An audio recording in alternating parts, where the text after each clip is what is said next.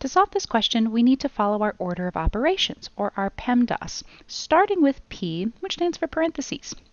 This section right here, let's pull that out by itself. There are multiple operations happening here, so let's take us through PEMDAS again. There are no parentheses, but there is an E for exponents. So let's resolve 3 squared is 3 times 3, or 9. There's no multiplication or division, so we're on to A and S, which is addition and subtraction. 9 minus 6 will give us 3. So now we can plug that back in.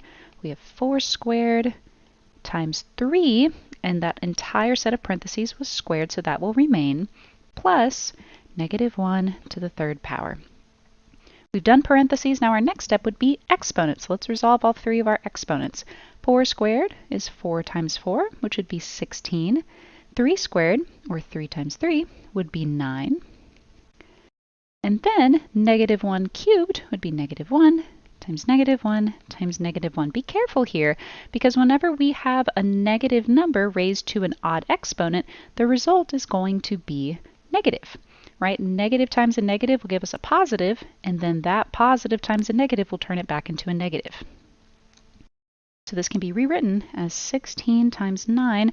Adding a negative is the same as subtracting a positive, so that's just -1. For 16 times 9, you could do it one of 2 ways. You could stack it up vertically. If you like multiplying this way, 9 times 6 will give you 54. 9 times 1 plus 5 would give us 14. So we have 114. The other way you could have done that is you could have split up 16. You could say 9 times 6 and 9 times 10.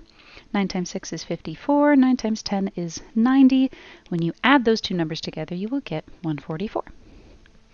Then we will subtract 1. There's no multiplication or division left, so now we can move on to the last step of PEMDAS, addition and subtraction. 144 minus 1 will give us 143, making D our correct answer.